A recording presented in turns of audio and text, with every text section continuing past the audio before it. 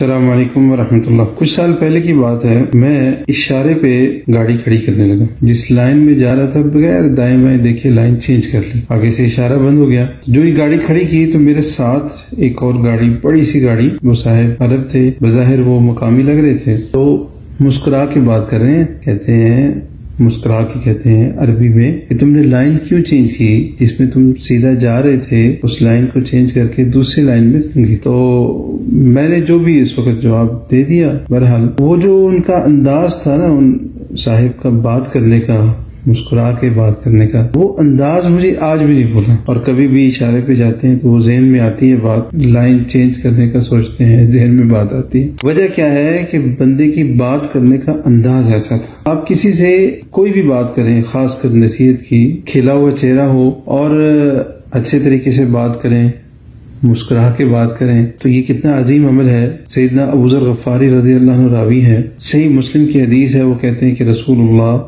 صلی اللہ علیہ وسلم نے ارشاد فرمایا، لا تحقرن من المعروف شیئا، نیکی خیر کے کام میں سے کسی بھی چیز کو کم نہ جانو، حقیر نہ جانو، ولو ان تلقى اخاك بوجه طلق، اگرچہ تم اپنے بھائی سے کھلے ہوئے چہرے سے، متبسم مسکراتے چہرے سے ملو۔